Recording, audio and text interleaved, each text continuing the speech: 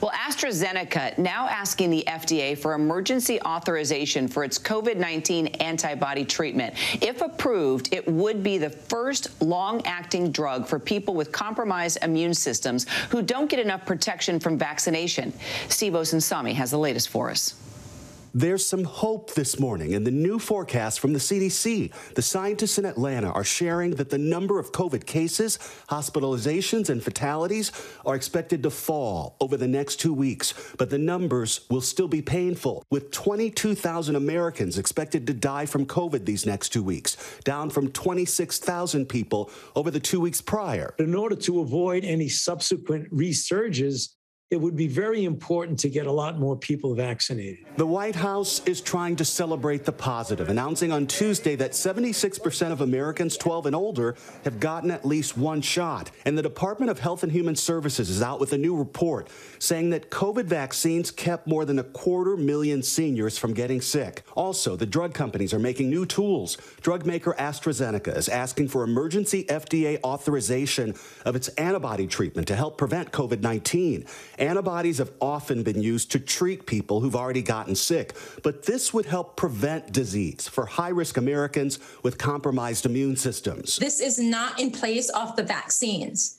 Really important. This is an additional layer of therapy that we have. Health officials say they need to remind everyone that thousands of Americans are still dying every day, with now 700,000 dead since the pandemic began.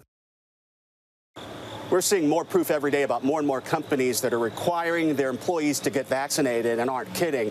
One of the latest is health giant Kaiser Permanente. They're announcing that they've put 2,200 employees on unpaid leave and that they're requiring these employees to get vaccinated, many of them healthcare workers, by December 1st, or they lose their jobs. Steve Osunsami, ABC News, Atlanta. All right, let's bring in emergency medical physician and ABC News medical contributor, Dr. Darien Sutton, for more on this fight against COVID. Always great to see you so early in the morning. Glad you're with us. So if approved, Darien, how would AstraZeneca's new antibody treatment actually help combat COVID, especially for those with compromised immune systems, as we pointed out? Great to see you too, Kira. So the goal of this new medication that will be approved or likely to be approved is to assist in helping those who are highly at risk. And for those mean my patients who are over the age of 65, those who are immune compromised or immune suppressed, and those who live in long-term care facilities. And just to give some statistics, we have seen that although those who live in long-term care facilities account for 1% of the total U.S. population, they have accounted for more than 30% of the deaths, especially before the rollout of the vaccine. So our goal is in protecting those that are at high risk. But of course, this is not to replace the best mechanism that we have used to prevent transmission, hospitalization, and death, which are vaccines. Well, and let's talk more about that, Darien. We heard in Steve's piece that the CDC predicts the number of COVID cases, hospitalizations, and deaths will continue to fall over the next 2 weeks. So what do you make of this, and how long do you think the downward trend could last? Well, I'm hopeful that that downward trend continues to last perpetually. Right now in Los Angeles, where I'm working here clinically full-time, I've seen it firsthand. There has been a substantial decrease in the amount of patients that are presenting with symptomatic cases of COVID-19.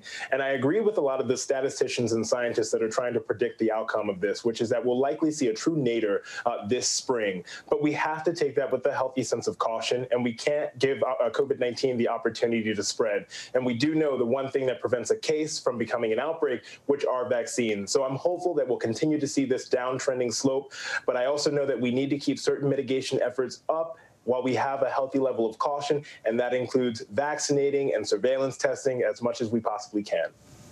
Well, the latest numbers are 76% of Americans 12 and older have gotten at least one shot. So is there any chance, do you think, of the U.S. actually achieving herd immunity?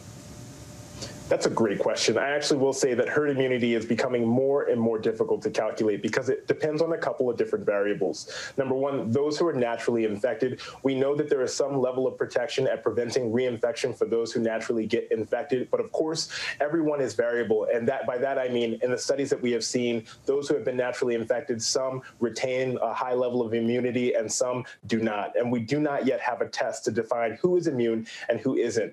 And yes, of course, we have vaccines vaccines that prevent severe and infectious disease, but they're not 100%. And then, of course, we have the surge or we have the resemblance or the expression of the Delta variant, which we saw from the high transmission of India. And we also saw the Alpha variant from high transmission in the UK. And we also saw the Mu variant from high transmission in Colombia. So when we have all of these factors that are at play, we have to take a healthy sense of caution when we're going forward. And it's unfortunately really difficult to calculate exactly when we will reach herd immunity.